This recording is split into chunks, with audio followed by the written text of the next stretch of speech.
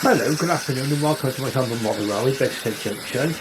Now, this evening and tonight we're going to be running trains all from the Great Western Railway, the GWR, or what many would say is God's Wonderful Railway. I make no apologise for saying that. It's God's Wonderful Railway. That's what people consider it to be. Okay, and the train we've got going round at the moment is the Dean Goods. William Dean was the chief mechanical engineer of the Great Western Railway, I think from the 1870s up until 1902. Then he was succeeded by Churchward, then Collett, and then finally Hawkesworth. In fact, I think that the actual list of chief mechanical engineers went to the title. I think Brunel was one of the first designers.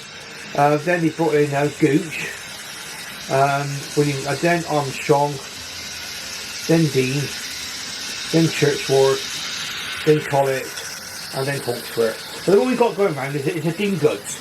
So this would have been designed in the late 1800s. These particular locomotives were very versatile. They saw service in both World Wars, and they also survived internationalisation.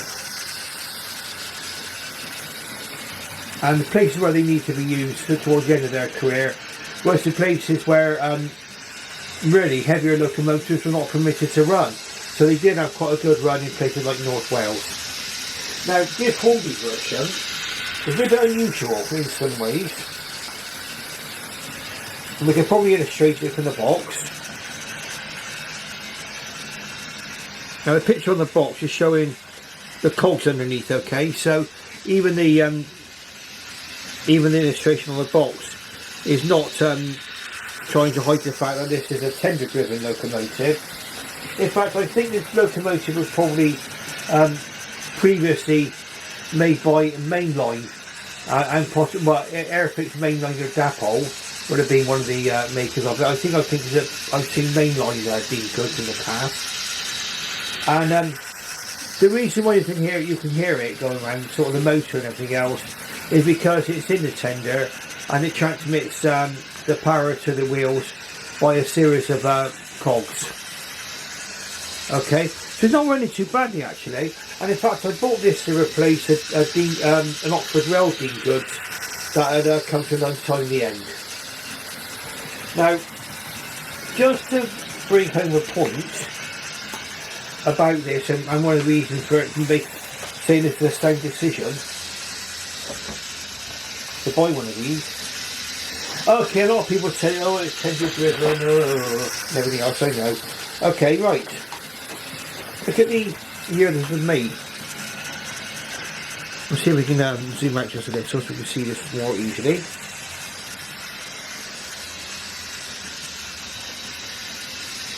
(13th of February 2001), R2210.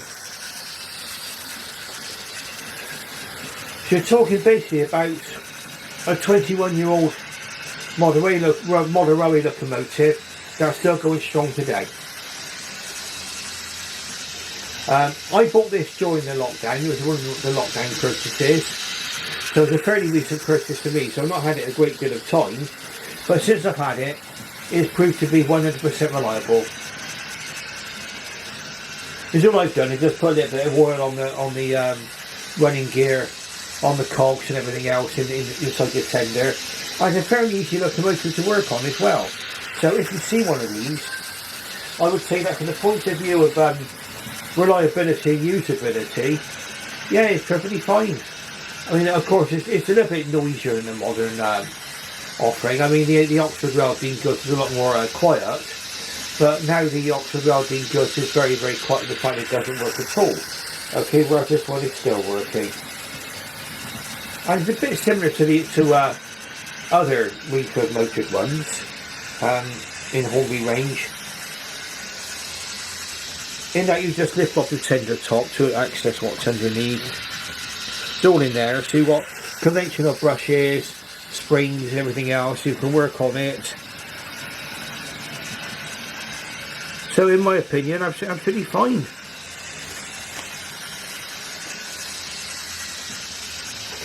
And being the age I am, 64 obviously, I can remember these models were fairly commonplace.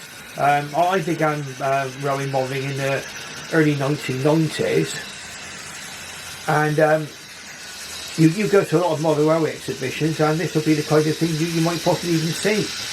Okay, so and do they hold up in today's today? Well, in many ways, yes. In that, well, there's two words that sort of defeat all doubt.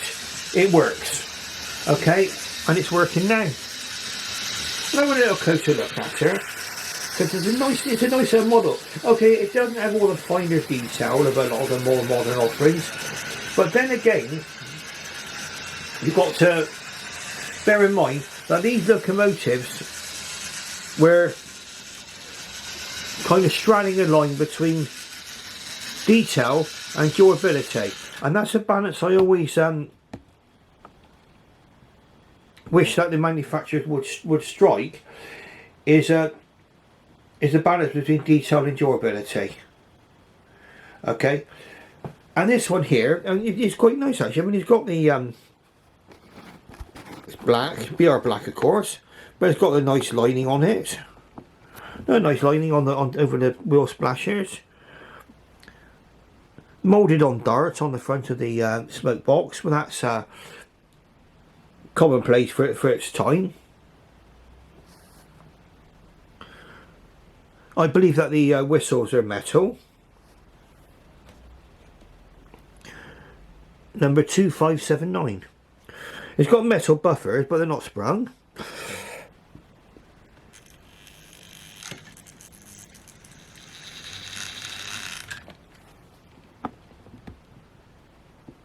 Early BR Quest there, again, nice lining on the tender, and it's got that, you know, you still get your brake handles and everything else, your water scoop handles, and also you've got a slightly high coal load there because the motor has to be accommodated in the tender.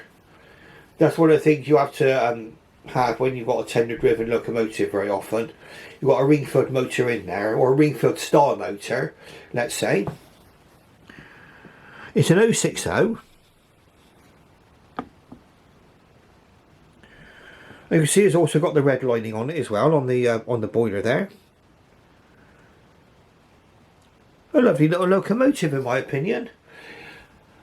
I picked it up relatively inexpensively, I think. I mean, you've got to bear in mind that during the lockdown, prices were going crazy, okay? And people were asking what they could get for them, and you know, sometimes you had to just pay to get the model you wanted. I mean, that's how things were during the lockdown.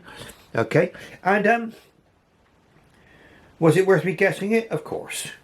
Now let's have a look and we'll just see. Sorry about my hand getting in the way. We're quite close to the controller here, so we're going to be picking that up with the camera. So let's move it forward just a little.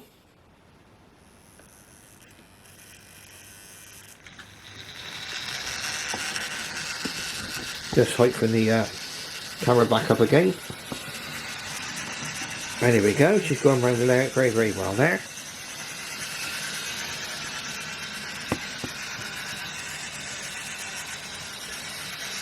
Not bad for 21 years of age, is it? 21 today. It's got the key of the door. It has been 21 before. Lovely. The cab, I mean the cab is black. I mean you don't expect to get a fully decorated cab. In fact, you didn't get that back then. I mean you began to get it in the more sophisticated models. But this really is basically a kind of goes back to the Margate models, the Airfix models, Dapple models of its day. He's putting a nice little tray here. It's putting my usual weaknesses of peanuts, crisps and salt. I put too much salt in my food. It's got a circus wagon going around as well on it now today. Cox Brothers Circus. Okay, and also a Royal Daylights wagon. I think that's why the oil or paraffin was contained in there. And then we've got the Oxford Whale 6-wheeled brake van. So you've basically got the locomotive as Hornby. Then we're going, the front two are Hornby. Then it's Dapple with the sacks of salt. The Cox Brothers are Hornby. And then we go back to Dapple again for the Royal Daylights. Very nice little train in my opinion.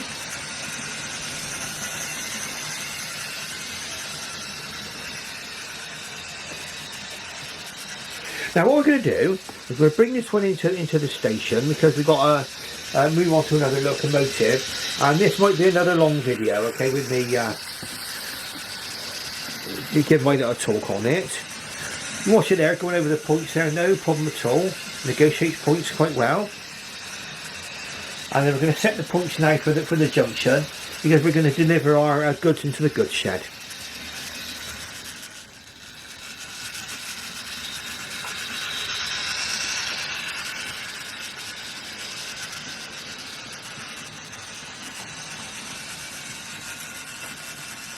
Over the points there, no problem at all. And into the goods shed we go.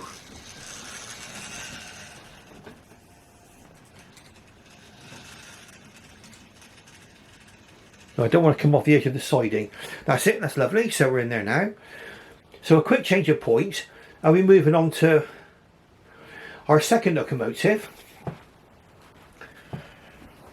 Once I can reach forward and get hold of those points. Let's bear with me just one moment. Right, now bear in mind, this one is going to be negotiating my most difficult area of the layout, which is this sort of right hand point going into a left hand point. And it's really taking the left hand curve on this. We'll just change the points to reverse, and we'll just reverse out to the siding.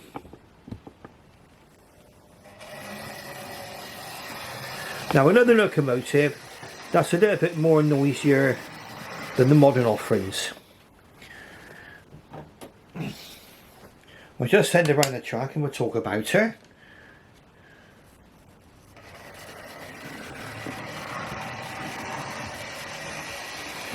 Now again, you have to bear in mind that this locomotive, modern locomotive itself, is very much of its time. It's a small prairie, and they're made by a company called Lima, an Italian company that stayed in manufacturing until around about 2004, and in fact the Lima name is now owned by Hornby.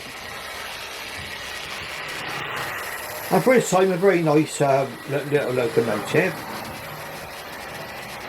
It's got the Lima ring-filled style motor, if you're ever familiar with one of those. And it's actually in the cab, so it does actually fill the cab, so you're not be looking at a diesel cab on this particular one. But when the locomotive is actually going around on the track, you don't really notice it that much.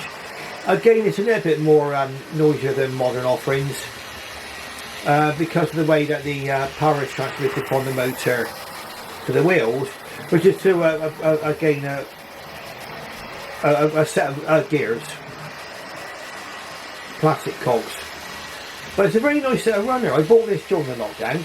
I think I paid about £35 for this one, which for like a small prairie, well, wasn't too bad at the time. It ran well out of the box, and it's been giving me good service ever since.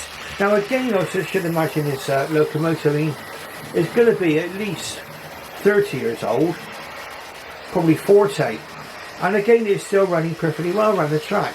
At the time, there was some kind of criticism that the locomotive looked a little bit tall, okay, proportionally tall, but really when it's going around the track, you don't really notice it that much.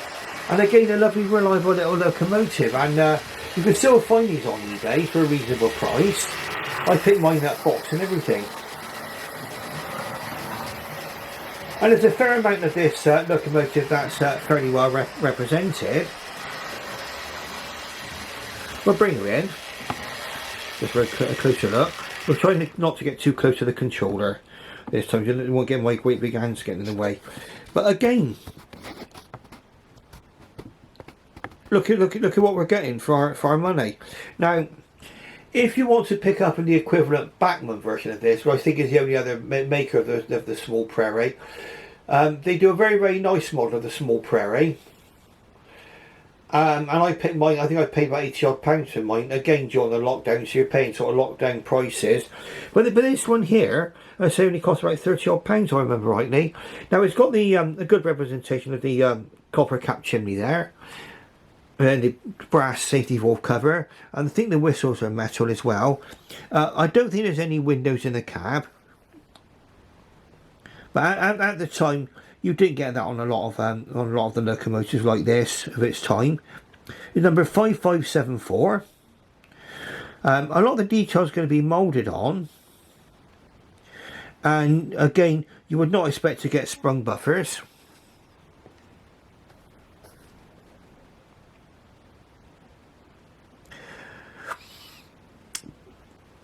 But with a lot of the things that I've been seeing lately with people's models, like they've been buying the new models, okay, it makes you wonder whether some of the locomotives they're buying today will still be running in 30 or 40 years' time. Okay, I mean, still running perfectly well. No problem at all with it. Like I say, a large Greenfield motor inside the cab, so it's not like a modern offering, you know, today. But again, you've got brushes and springs you can access. If the motor should go pop, I mean, normally it won't be completely pop. It just probably need new brushes and springs, a good clean up, and you're away again. Obviously, DCC wasn't even a twinkle in anyone's eye when this locomotive was made either, so you wouldn't have expected to get DCC in this. But again, if you're analogue like me, it's a nice little model. I wonder if it can be converted to DCC. I suppose nothing's impossible, is it? But I don't have any ambitions to go DCC in the foreseeable future yet. Now, I was putting a couple of Claressary coaches, and we'll have a little look at those as well in a moment. These were designed by William Dean, so the same person has designed the Dean Goods. Okay, so pre-World War One, and you can see the extra row of windows along the roof there. That was where the gas lamps went. It was lit by gas. Obviously, later coaches were lit by electricity, so you can see the clear difference between this design. But these were actually used right into the last days of steam on some of the small branches. I've seen photographs of these being used on the Princetown branch, on Dartmoor, and I see a small prairie pulling just one coach on that particular photograph. So these Claressary coaches were definitely used. I generally use these in my older locomotives, like the Dean locomotives and the Churchwood locomotives. But it's quite in order to use them even for this day and age now, for the locomotive, which again is early crest. So you're looking at nationalisation up until about 1956. It would have carried this crest there. Again, it's got a nice little lining on it, and again, in my humble opinion, it's not a bad looking little locomotive. The coal load isn't too bad. It's not too chunky or anything.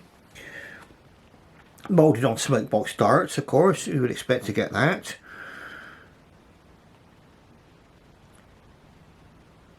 But again, you're looking at what kind of balance you want to have between detail and durability. I'm just going to get in the way now because I'm going to have to operate the controller, but away we go. Okay, and away we go now. Through the station she goes. Perfectly fine little model. Not bad at all. Like I say, it makes a little bit of noise going round, but I quite like the mechanical noises it's making. And I think this locomotive will be working in many years to come. Going around my little layout. Very nice indeed. Now again, what we're going to do is we're going to run this one in over the points, and we'll take a little look at her coming in. And get ready there for the points. And I'm going to change the points now for it to come in.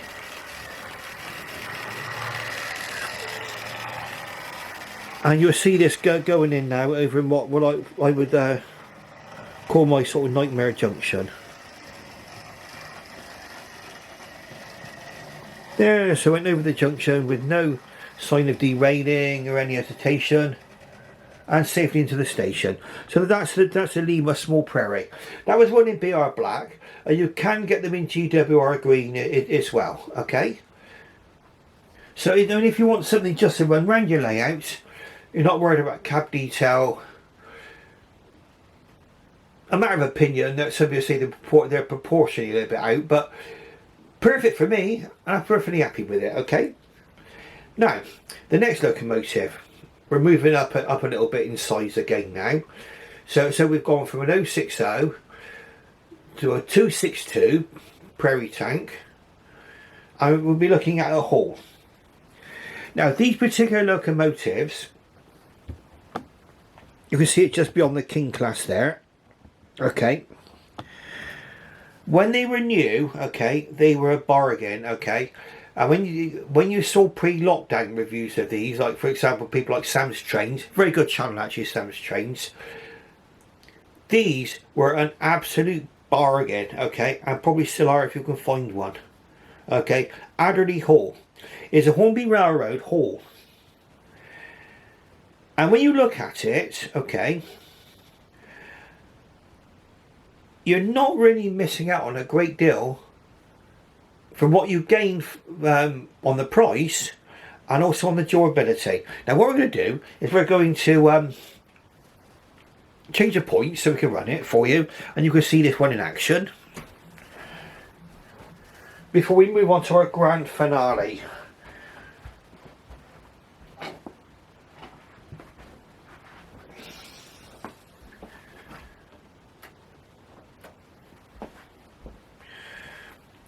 Now, what I think what happens is that when somebody does a kind of a bargain alert or anything like that on their channels, I think you'll find that these locomotives then, once everybody knows about it, this is just my opinion, you need to move in quick before they all sell out or become difficult to get.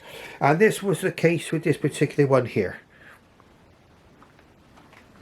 This lovely Hall class, Adderley Hall, in Great Western Green livery, and it's also working with Hornby Railroad version coaches. Well, the railroad version coaches, like these, are exactly the same as the ones that I bought in the 1990s. I mean, there's slightly different decoration on them, but basically they're the same coach. Okay, so those coaches you can see there behind the King are what I bought in the early 1990s. The front two there are our Hornby Railroad, and then the back brake coach is one of the older Hornby coaches as well. What we're going to do, we're going to change the points and watch her go round the track.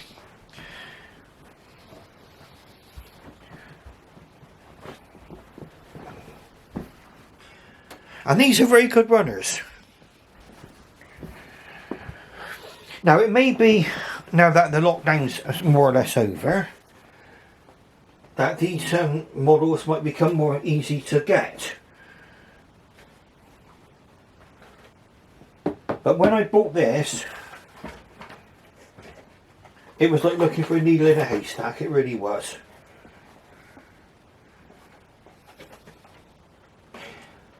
We'll make sure we've got the right box to show you. And you've got some idea about what to look out for when you if you were to buy one of these. Right, I think we're ready to go. The Hornby Railroad, Adderley Hall. a magnificent locomotive. I wanted a Hall class. I mean, I had the much older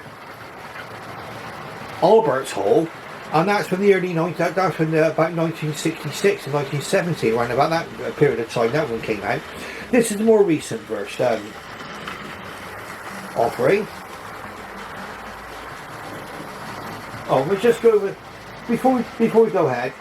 The Dean Goods, which we saw going around, that was R2210, the R060 Dean Goods locomotive 2579. That was the Dean Goods you saw a minute ago with the freight train.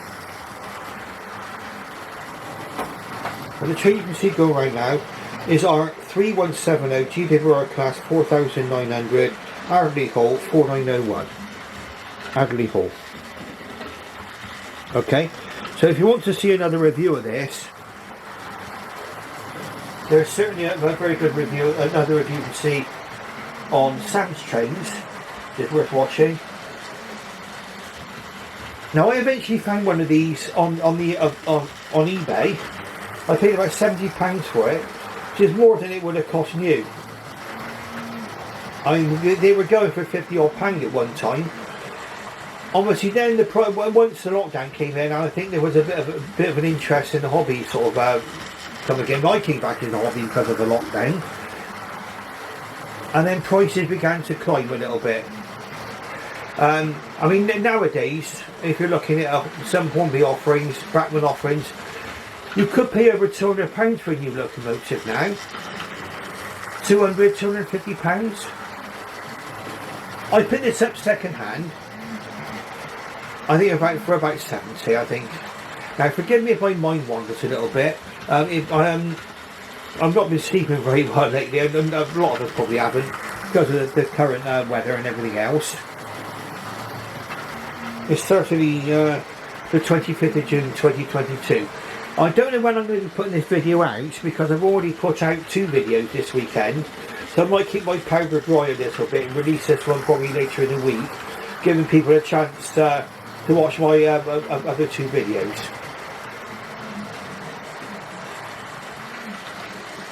Now let's have a look and see what you get, okay, and what you don't get, and whether or not you think that's a deal breaker or not. For me, I'm perfectly happy with this particular locomotive. Now I'll bring her in closer to the camera there. I'll probably be getting my massive hand in the way again, but we'll have a look at her there. Now the line is probably not as sophisticated as more high-end offerings, but saying that, you still get the representation of the copper cap chimney, brass safety valves. The whistles, I believe, are metal. Now we're going to have a look now, because I've been tripped up on this a few times now. Okay, this particular one does not have sprung buffers. Now, some people say that sprung buffers is a sign that you're going to be getting a locomotive of premium quality. Okay, but really, do you really need sprung buffers? Are they essential? And the answer to that question, in my opinion, is probably not. Okay, but it's a nice to have. It's one of those sort of nice to haves, you know, if you're willing to go up in price, perhaps. Okay, and it's got the buffer number on the buffer beam there, 4901. Sorry about my phone going off there. It's got a steam pipe there as well, vacuum steam pipe there on the front. Again, the smoke box darts, I don't know if you can see that from here, but again, that's moulded on. But as I often say, even though it's nice to have a moulded on smoke box darts, detail wise, okay, unless you look really, really close, you're not going to see it, and certainly you're not going to worry about it too much when it's thundering around the track. And again, is one less item to break off. Got wire handrails. Coming onto the cab, it's got a glazed cab. So again, in a railroad model, you've got a fully glazed cab.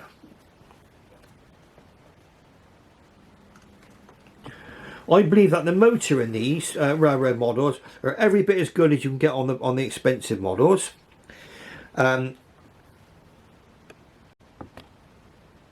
And please excuse me, I just got to the 30 minute limit on my camera again.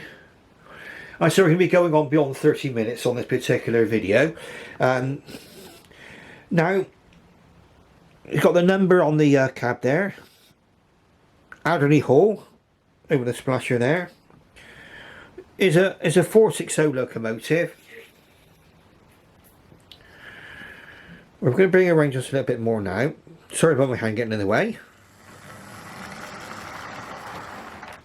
And we'll see if we can see what I wanted to show you. Ah, there we go. Let's zoom in a little. Now the cab. You're not going to get a painted cab, okay? Not on, you wouldn't normally get that on a Hornby Railroad model.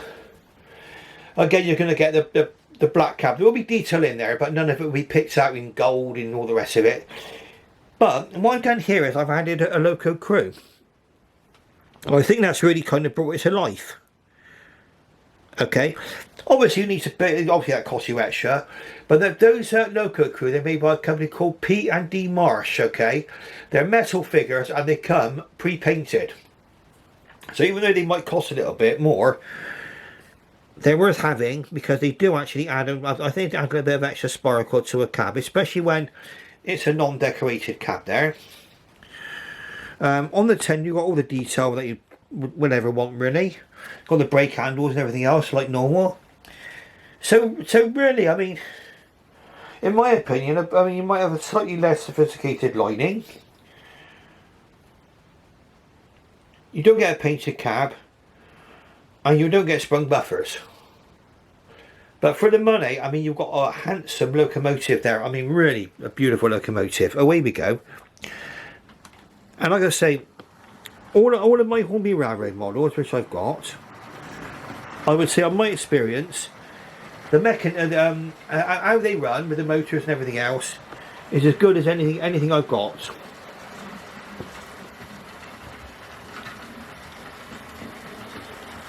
Absolutely fine. These are Collett coaches,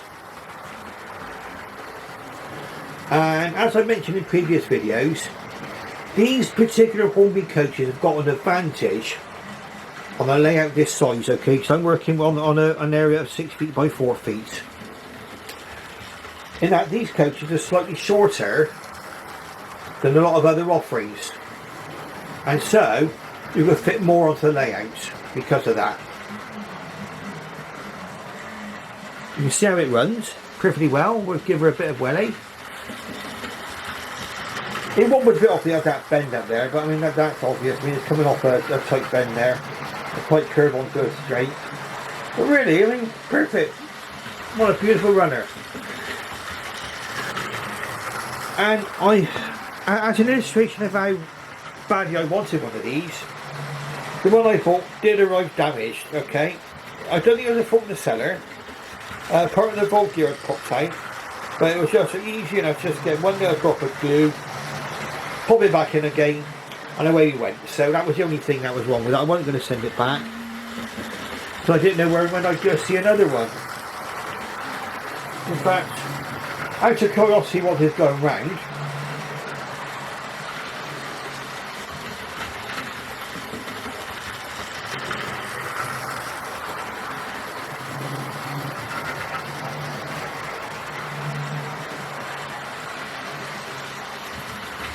there we go for a moment.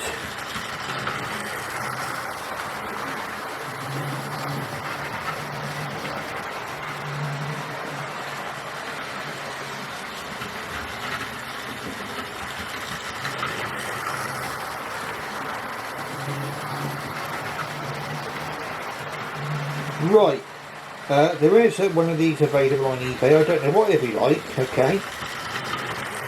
For about £70, again what I paid for it. But really, to be honest with you, I mean a lot of these holes here would be sort of be similar to the old Triangle Hornby one, this nether holes and the arbor holes, which is nice, alright. But Adderley hole, there's a couple there now on eBay. I mean when I got this they were difficult to find. But Adderley hole there's 2 on there and they're both about £70 I think. So I mean it does show that even now they're still commanding the kind of price that I paid. But a lovely model. And would I recommend one of these? Of course I would. Okay. Lovely motors, nice and quiet, runs well. Never missed a beat since I bought it.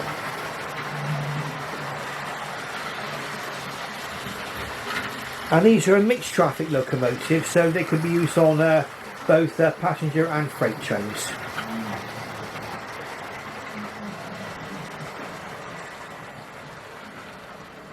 We'll stop at the signal now. Now again, one of the acid tests you would say about one of these locomotives is, or any locomotive, how does it handle points? Now every one of the locomotives I'm running on here tonight or this afternoon are all perfectly capable of handling points. Okay, and if you imagine that this layout, as I often say, is not permanently pinned down, and I'll be taking the entire track apart to put this away, and it's all got to be put back together again for my next running session. Okay, and yet I managed to find locomotives which will go over all the points and handle this layout perfectly well. Okay, so what we're going to do then, we're going to have a look at our Adderley Hall now, going into our station, and then we'll be moving on to the grand finale.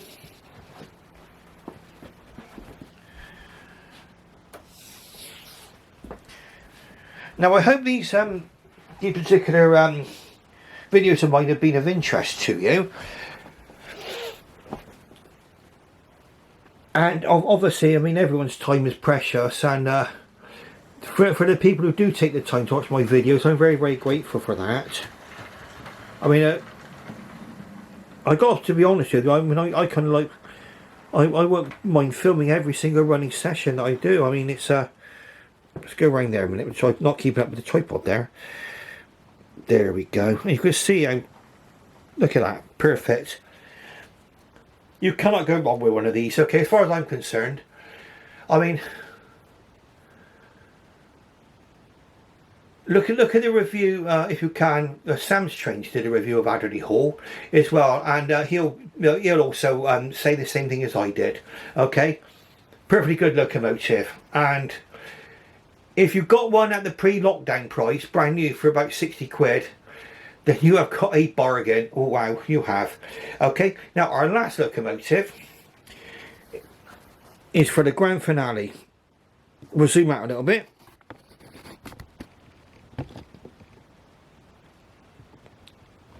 Now you've got to bear with me because my battery is running low, so we're going to have to change the battery. So we've had two lots of continuity changes today. Let's just stop filming for a moment. Right, now sorry about that, there might be a slight break in continuity there. What we're moving on to now, if you're going to be buying a Great Western locomotive, then this in my opinion is going to be taking you to the top of the tree. Okay, no mistake in that.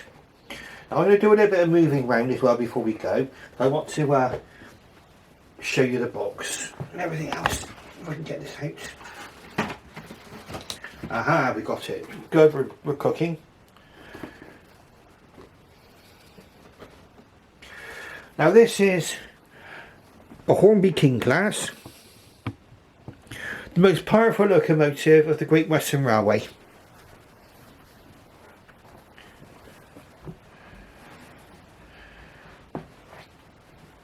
Just have our quick change of points. I'm going to bring her out to the station. I say I bought this second hand, and I paid about 120 for this, I think, which at the time it was well worth it. This is in fact the fully detailed full fat King. Before we put away, you might just see down there, there's a sort of red you can see under there. That's a representation of the inner cylinders and the inner workings of it. The Hall class was a 2-cylinder locomotive. The King class is a 4-cylinder.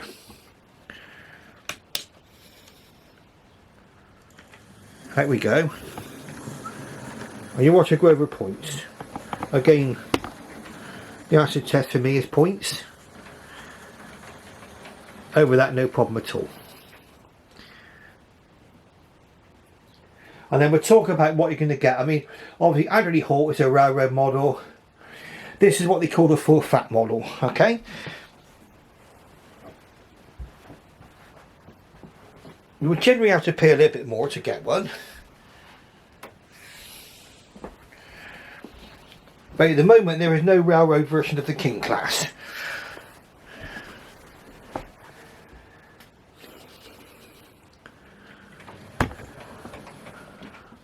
Sorry about that. We're going backwards instead of forwards there. So lack of sleep last night and a few other nights, and you're not going to get perfection today, I'm afraid. But there we are, the Hornby King class.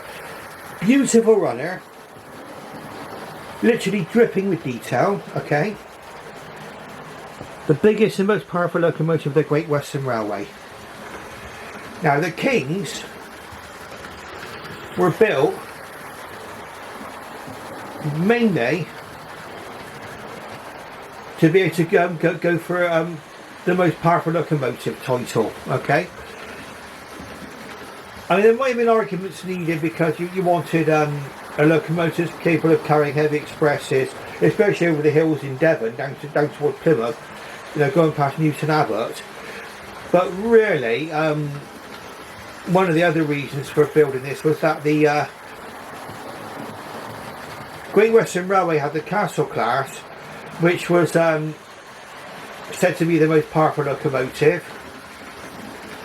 But they were trumped by the Lord Nelson class of the Southern Railway, and so they wanted to go for even more attractive effort with one of these, and so the Kings were built. Now, if you want to kind of gauge, you know, about the relative importance of the locomotives, well, very important that it sort of got the crown for the Great Western Railway, but only 30 of these were built. Now, compared to hundreds of Castle class locomotives. Again, on the Southern Railway, the King Arthur class was far more numerous than the Lord Nelson. One of the things that you did, obviously, the bigger the locomotive, the greater the weight restrictions upon it, and the limitation on route availability. I don't think these were allowed to go over the Royal Albert Bridge into Cornwall, and so it meant that if you were going to go into Cornwall, a change of train or a change of locomotive. But the Kings were the most powerful prestige locomotives of the Great Western Railway.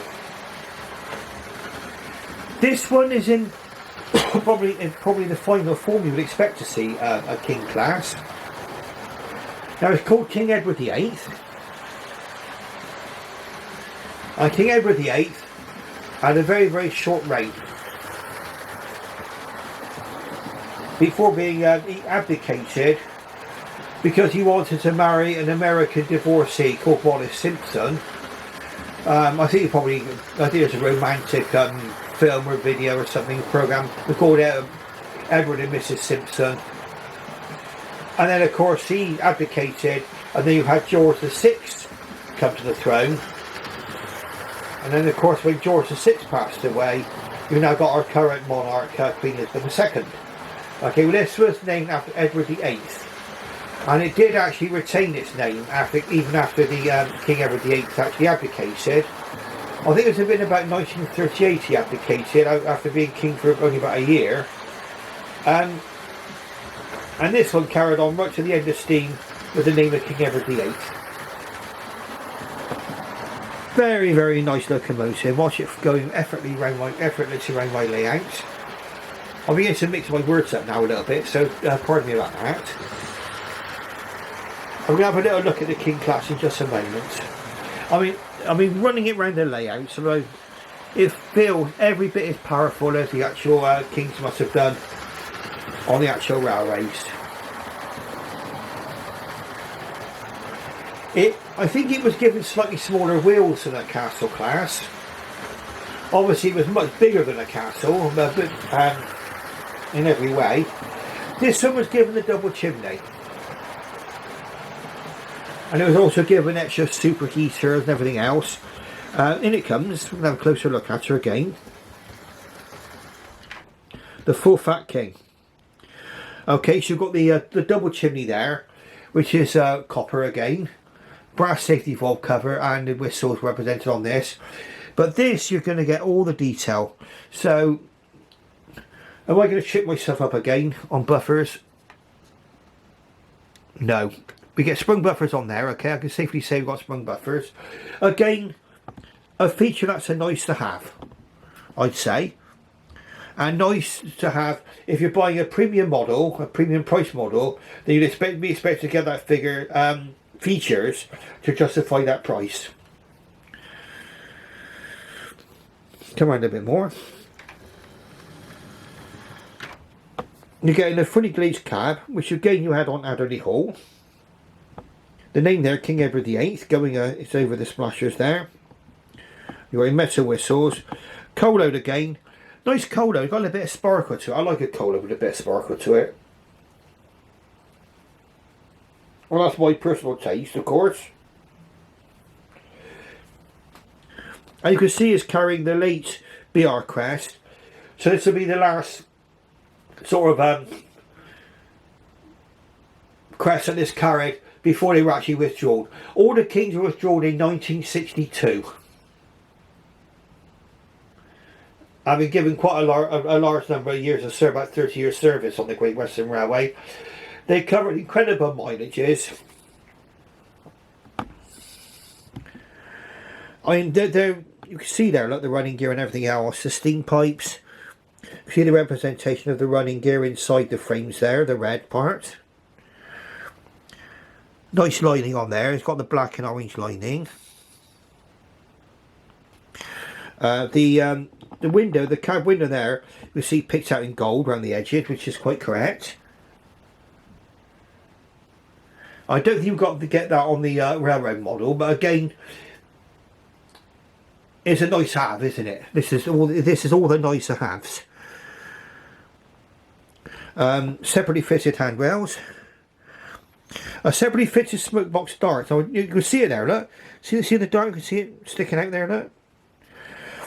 Separately fitted smoke box dart,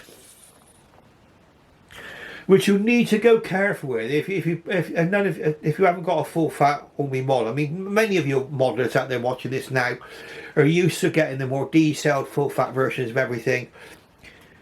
Obviously, with a full fat version of something we've got detail like the smoke box darts, you do need to go careful, okay? Just so you don't break this off. We'll go back just a little bit there. The hands getting in the way slightly there again. I don't know if you can see it there, but you've got on there, you've got the representation of the two inner cylinders there. Number 6029. King Edward VIII. What a beautiful locomotive.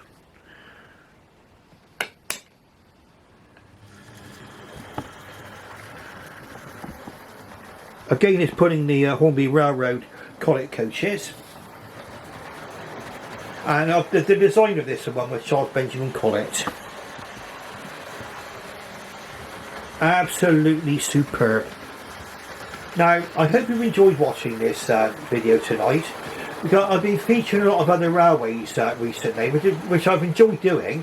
So I think I've done, I've covered the other railways of the Big Four. I've given you some Southern Railway locomotives in previous videos that are worth looking up.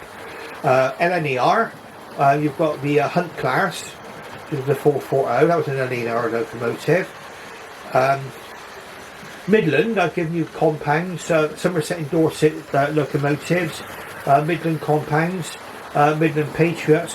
All these things are worth looking up on my videos, on my list of videos, okay?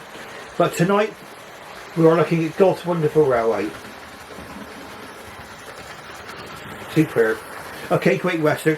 Okay, being, and I don't mind admitting this, being from Bristol, being from the West Country, I am going to be thoroughly biased, and I would expect anybody perhaps living in the north of England or in the Midlands or in the south of England, they're going to love their Southern, and they're going to be biased towards their Southern, their Midlands and their LNER, just the same as I am boss was a Great Western, and quite rightly so too. Okay, so now what I'm going to do then is I'm going to wrap things up. I want to say thank you very, very much for watching, for sticking with me this long. I mean, it's quite a long video. I wanted to give a proper feature on this. This will be a bumper running session, of course. And what I'm going to do, I'm not sure I'll put this out tonight. I may do. I mean, it may give people a chance to catch up with my videos. For those of you who are watching, obviously, I know everyone's time is precious, so I do appreciate those of you who do actually take the time to watch my videos. Okay. Now, if you like what you see, please give me the thumbs up. Subscribe. Don't cost anything to subscribe. I'm getting near 200 subscribers. I'm getting tantalisingly close. So if any of you haven't subscribed, please help my channel out if you can. Okay. And I shall wish you farewell. And thank you very, very much for watching.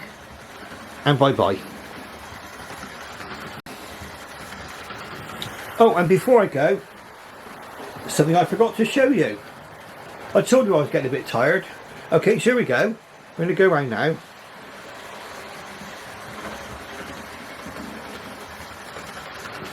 Let's see if I can bring you in so we can see what we've got here. This may be able to do it for you.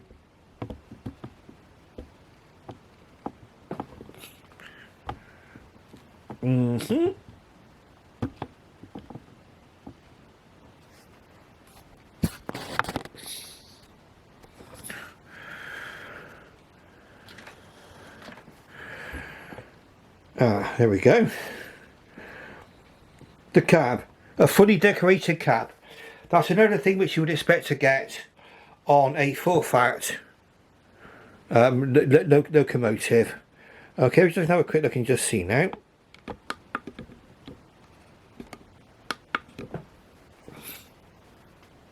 Okay, you can see inside there now.